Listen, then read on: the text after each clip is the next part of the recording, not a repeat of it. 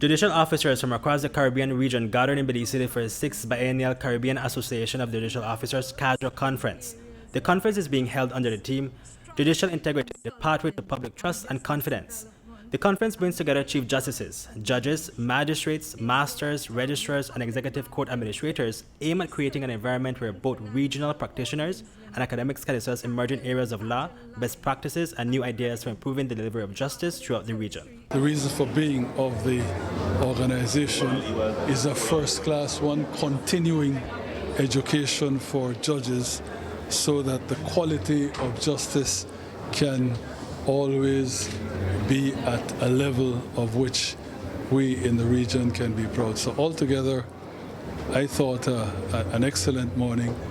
The keynote speaker was absolutely first class, a great deal of research, and what he had to say about judicial conduct and how judges must comport themselves, I thought was bang on point. So I thoroughly enjoyed it, and I think, as I said, that it does Belize proud to have been able to be able to host this particular conference. Interim Chairman of C.A.J.O and C.C.J. Justice Peter Jamadar says the conference covers a range of topics including the rights of indigenous persons and judicial reform. The range of topics run from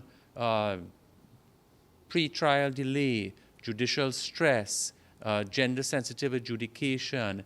It covers things like criminal trials. It covers the rule of law, indigenous people's rights. It covers the environment, delay. So, you know, it's a whole range of things. We try to look at the judicial officer as a whole person. So we try to deal with the judicial officer's efficiency, with their competence, with the level of public trust that they can get, and also with their own bodies, with their own mental and physical health. Participants will also discuss the backlog of judgments which, like many Caribbean states, Belize has had issues with.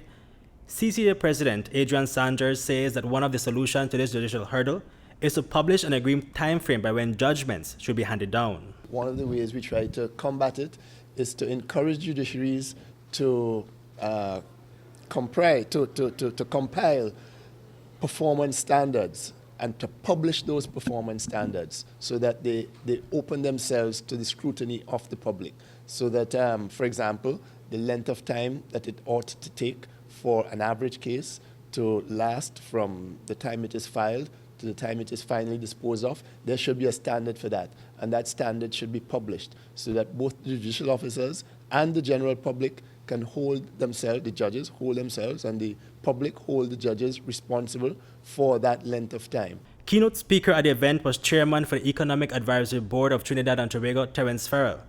During his address, Farrell focused on the social responsibility and ethical expectations of judges. Judges are social actors. They are neither above society nor are they outside society.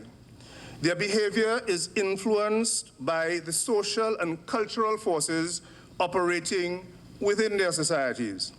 And therefore, we need to examine the society and its cultural dynamics if we want to understand how the judicial system actually functions and how judges actually behave. People are becoming more and more conscious not only of their rights, but of the way they are treated by judicial officers, by officialdom. And so one of the things that we stress at our conferences is not just about your knowledge of the law, but about how you deal with people, how you deal with vulnerable sections of the community, how you deal with marginalized people, and building ways to get that trust and confidence. So I think that the keynote speaker struck a very good chord, and he explained some of the reasons why traditionally in Caribbean societies there has historically been low levels of public trust. And so the challenge for us is to try and increase those levels, and we do that through education, through sessions like these. The conference concludes on Saturday. Reporting for News 5, Hipolito, Novelo.